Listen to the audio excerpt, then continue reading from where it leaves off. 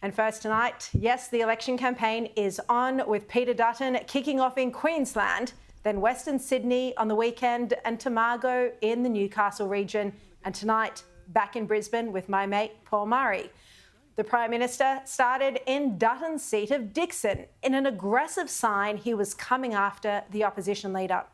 Over the weekend, Albanese also went to Bundaberg, the bellwether seat of Eden Monaro, and he was in Perth today. Now, Peter Dutton enters this contest from behind and against the grain of history. The last time a government lost after one term was in the 1930s, nearly a century ago. But he's in with a chance, a good chance, although the polls have tightened, with Albanese now ahead in Newspoll, but it's only a 1-point lead, and ahead as preferred Prime Minister in the Herald's Resolve Political Monitor.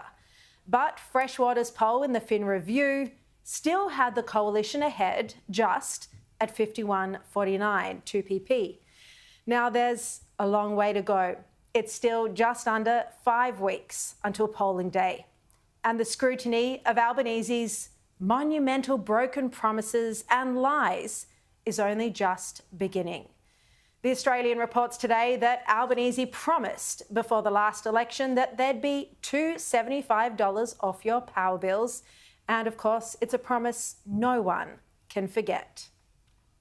Reducing power prices by $275 a year. There'll be a reduction for households of $275.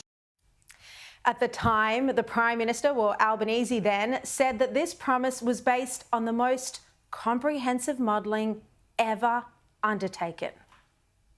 This is good policy, but we made sure we could back it up with the most extensive independent modelling ever carried out for any policy by any opposition ever since Federation. And he repeated that promise again at a press conference. Prices will be low. The modelling's out there for all to see.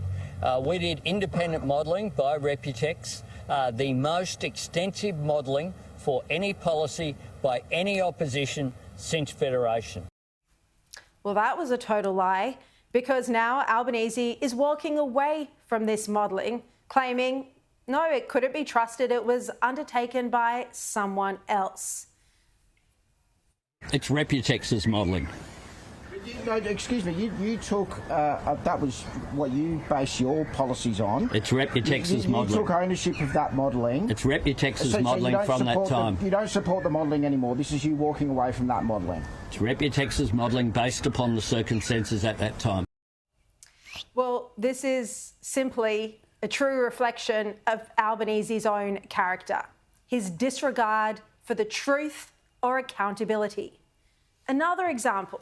Today, he stood in front of a Medicare sign and claimed that Medicare would only be safe under his government, but not under Peter Dutton. This is a choice, this election. It's a choice between Labor building Australia's future and strengthening Medicare, and a coalition led by Peter Dutton that wants to cut everything except for your taxes. A coalition that will cut Medicare as sure as night follows day. Now, our Monday panellist, who's going to be on the show tonight, Cameron Milner, he writes this evening in the Nightly that he was personally in the Labor backroom when they first, in his words, cooked up Mediscare in 2016. And he's going to speak about that on the show tonight. But he notes that Albanese is now in a brilliant mood. He's flying. He thinks he's going to win this election easily. But the polls show, this is what Cameron Milner writes, these polls show Albo might be suffering from a case of premature election, peaking too early with so long yet to go in this campaign. He says it's still early days, and let's not forget Albo's best campaign week in 2022 was when he had COVID. Only the company of Toto and an excuse not to be a nightly reminder of why voters detest his presence.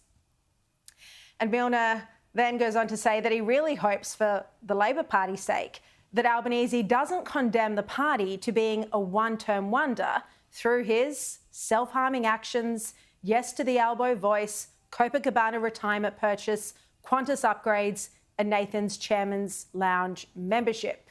All mark Labor down due to his insipid weakness in government, from everything from Beijing to Trump and actually fighting the cost of living crisis. Well, indeed. But Albanese has repeated the Mediscare lie several times since Friday. He's stood at press conferences, he's waved the Medicare card around, claimed this was under threat. Yet, as far as I've seen, no one has properly called him out on this. No one has pulled him up and said, actually, Prime Minister, where is the evidence that the coalition will cut Medicare? Albanese's claim is knowingly unethical and untruthful. It's simply a lie. Dutton, everyone knows that Dutton has no plans to scrap Medicare. Now, the tactic was still successful in the past. It reduced their loss in 2016. And we just have to hope that surely voters can't fall for the same lies yet again.